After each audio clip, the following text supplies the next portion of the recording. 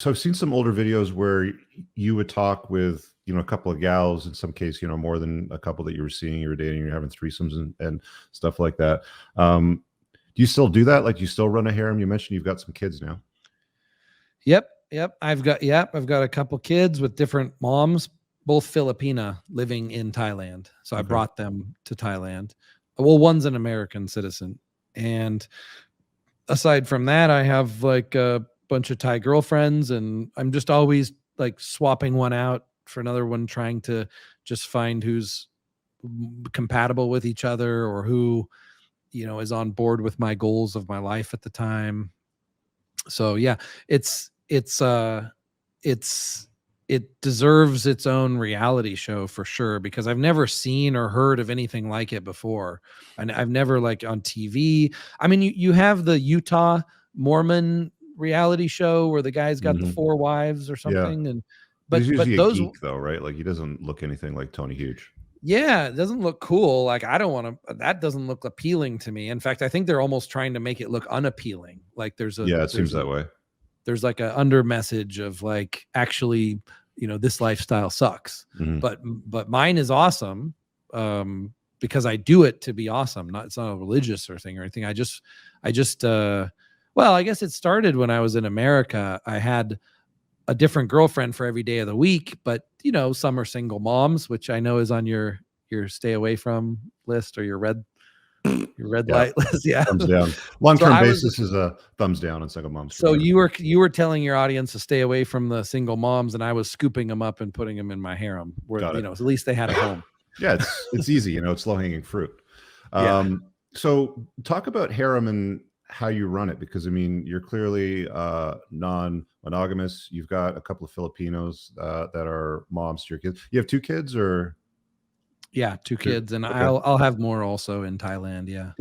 Is a strategy to have as many kids as you can with as many women, or?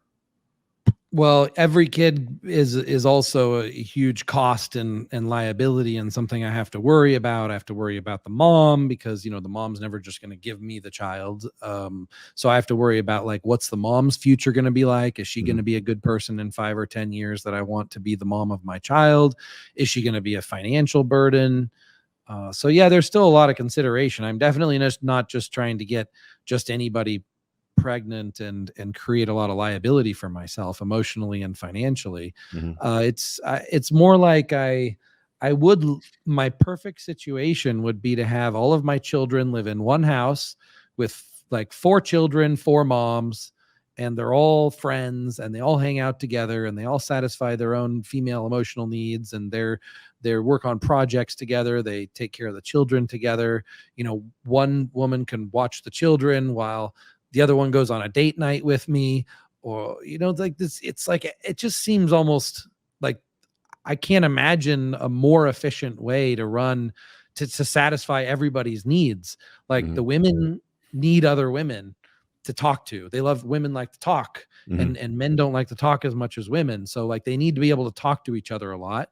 Better to be talking to each other in the in the household than going out and talking, going out to the random people that aren't as trustworthy or something. And then build more long-term female relationships with each other, and then also with the children.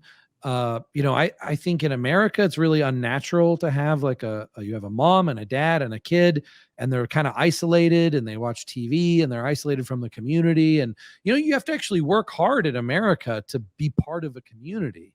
You have to go to church, and you need to like go out and do activities with other children. Like, it's a lot of work, whereas you could just have all of this in one household, and everybody's needs satisfied. And then my need of having more than one woman is satisfied. And it's also convenient, because when I had all these different girlfriends, it's a little bit like before, it's like running around to different girls, and it's time consuming and energetic. And takes a lot of energy. And it's when you have them together and you just decide, okay, I want to go with this one, or I want to go with that one. And also the other thing is, like, women, I will give you lots of attention also, and I want more of this type of relationship. But then when you give me drama and stuff, I'm literally gonna walk across the room to the other girl and give her attention, and show you, because of her good behavior, she's getting attention, and you're not getting attention, and then I'll explain it later. And it's not a punishment type of thing. It's like a training thing. And then when I'm training them all together. Mhm. Instead of having to train one girl and then like someday you lose her and they're like, oh my God, all this training, I've trained this woman for years. Now it was a huge waste of time. Like I'm training them all together, and it's just a lot more efficient. What sort of challenges do you experience dealing with? Like, do the multiple women live in the same house with you? Like, do they all live with you? Yeah, Houses you keep them in? it's always different, but usually they'll have their own place, just as like a backup if so they don't feel trapped. Mhm. I guess the main really important part of what I do is make sure the women never feel trapped whatsoever.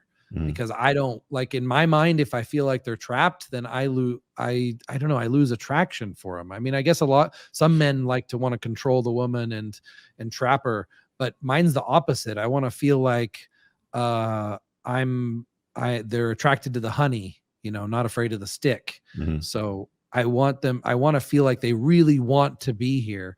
And that gives me the power that I like also, which is that they come to me, and if I'm doing it motivates me to be really good too, because then I want to treat them good because I want them to stay. I want to build the resources up so they want to stay. I want to create a good environment for them so they want to stay. Mhm. But then I also want them to go back to their condo and once in a while and see what it's like to be without me so they can appreciate me more. I really just want to be appreciated and respected. And I've just found this way of doing it to the way that I get the most amount of appreciation and respect. Like when Would you rather be appreciated and respected than loved? Like, what would be more important to you? the love definition is really confusing to me, and I like talking about it and exploring it. But to women, love is something very different than it is to men, and then it's different between people. I guess one of the ways I feel loved by like my main girl right now is I feel like we could like deal with anything with each other and she's not going to leave, Mhm. because she's like, in her mind, she sees herself with me forever. Is there a And she's hierarchy? clear Like, bond. like there's your top girl and there's like number 2 and 3. Like, how does it work? Or are they all treated the same?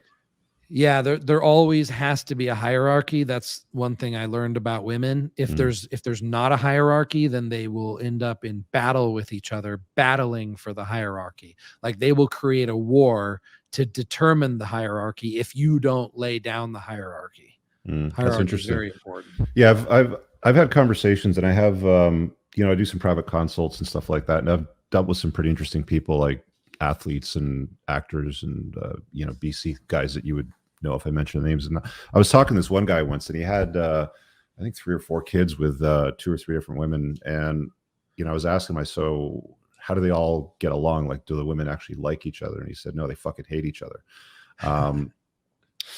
I'm assuming you probably deal with or have dealt with something similar as well. How do you deal with the female drama, between women? Because, I've often said, having multiple women and multiple girlfriends can be a bit of a pain in the ass if they, become that dramatic. Like, women are women at the end of the day. Like, intimacy with a woman is pretty much the same, like, with small variations. But then it's like, what are you dealing with when you're not being intimate and you don't have the variety? And it's now there's a variety of conflict and fights between them and all that sort of stuff. Like, how do you, like, what's your thoughts on that sort of stuff? Now, there's a great example of this when I was in Thailand, and I had 2 girlfriends living with me full time, and it was like the best relationship situation of my life. It was threesomes twice a day, always together. I could go with one or the other at any time. I didn't have to have them both together, but I just really liked having them together every time. And then their work together. And then, wow, there's some times where one would be massaging me and one would be cooking for me. And I'd just be like, oh my God, this is just my paradise. This is so perfect. And they worked together so well. I'm waiting for the but okay. I had cameras installed in my condo too. So I actually watched this whole thing happen. I left to America I traveled around the world, but I went to America and then I traveled around the world and then I came back, and they're fighting because, well, in the end, it's because they both are different style people and they weren't really compatible. But because I was there and I'm the leader, it's kind of like going to a job, and when you have the boss there, you're working for the boss and you're working towards a common goal, and you forget your differences. You have to do, act appropriately. But then when I'm gone and I watch on camera, man, one girl's messy, she's not cleaning up after herself, and the other girl's yelling at her, like, yeah, instead of like tonicking with her, hey, could you be a little bit more clean, could you clean up after yourself? No, she's like yelling at her. And so they've had a fight, and then that was it. And I could never get them together again. It was ruined. If I was managing them at all times, then but the thing is, I don't also want to manage them all the times. I do want to be able to leave. I do want to be able to go on vacation and come home and then be together. So then I realized, okay, the girls have to be compatible within themselves if they're going to live together. I can't be babysitting them all the time. So that was one of the lessons learned. There's been so many lessons learned, a lot of them the hard way, like this. Some of them through like David Bond, for example. I did David Bond's Millionaire Social Circle, and I went to Philippines and learned all the harem quest. That's what he calls it for him, the harem quest. So I called mine like the Tony Huge harem quest is the David Bond harem quest. And I learned a lot of, things that I was missing from him about how to manage a harem properly. Because, this is not something you ever, like, media doesn't teach you this. I think a lot of what people learn about relationships is from media and TV, like what they're supposed to do, how they're supposed Hollywood, to act. sitcoms. Yeah, there's nothing really to watch that's realistic about running a harem. You have to learn it all through trial and error. It's really a long process. So it was nice to learn from someone in person who'd been through and fixed some of the problems that I hadn't figured out how to fix. Yeah. Is there like overall, I'm guessing because you continue to pursue the lifestyle, you find that the benefits outweigh like any cons? Like the benefit of the variety and the fun and all that sort of stuff, it outweighs the cons of the drama between them. I do think about giving up on it constantly, but then I remember that if you give up on this, it's very hard to get it back. Like the girls that I have right now, they expect this harem lifestyle. Now, if I give them a more monogamous lifestyle, then it's going to be hard to go back to being polygamous. So like I need to keep reinforcing that I am polygamy. If you're with me, you're part of this. And so I do think about giving up on it though, because at certain times, when you have one girlfriend or wife and she gives you drama, it causes you a certain amount of stress. Now, can you imagine like 3 girls all on their period at the same time, all giving you drama at the same time? It's so overwhelming. You just want to, you just shut down. I mean, you have to, to some extent, you have to rise up and be a Superman. You have to be like a king, and you have to lay down the law, and you've got to be like a father with 10 children, right? And you're the one setting the rules and the standards and enforcing. And on the other hand, it's like it sometimes reaches a breaking point where it breaks you as a man, and you just crumble into depression. And then you've got, instead of one woman like emotionally attacking you, you've got 3 or more, and it can be overwhelming. And then you think like, okay, I can't handle this. I should just give up on this. I think it's impossible. This is maybe monogamy is, the way to go. But in the end, I always think like, man, I have 2 choices, like any of us do in life. We can either just completely settle where we're at, which is totally fine. Like you can settle and be happy. Like once you've got the life you want, you could settle and you could keep that forever.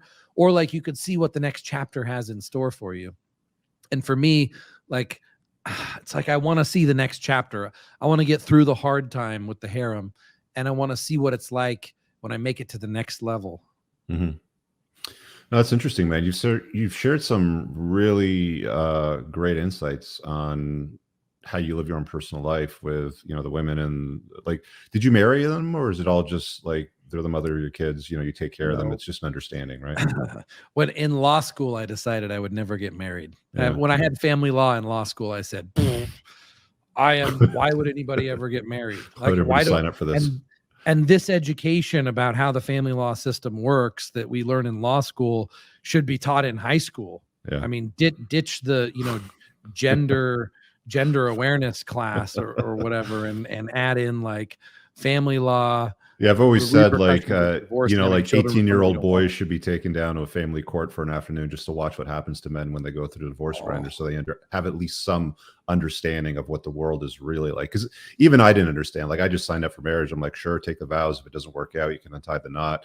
And then after a 20-minute conversation with my lawyer, when I was like, okay, I need to get out of this, I was like, are you like fucking serious? Like, this is the way that it goes for most guys. Like, I have to play these games. This is how it can go, sort of thing. So, well, in high school, maybe you have like a recovered drug addict come to school and tell you like, oh, don't do drugs. It ruined my life. Now I'm clean. And I teach people how not to do drugs.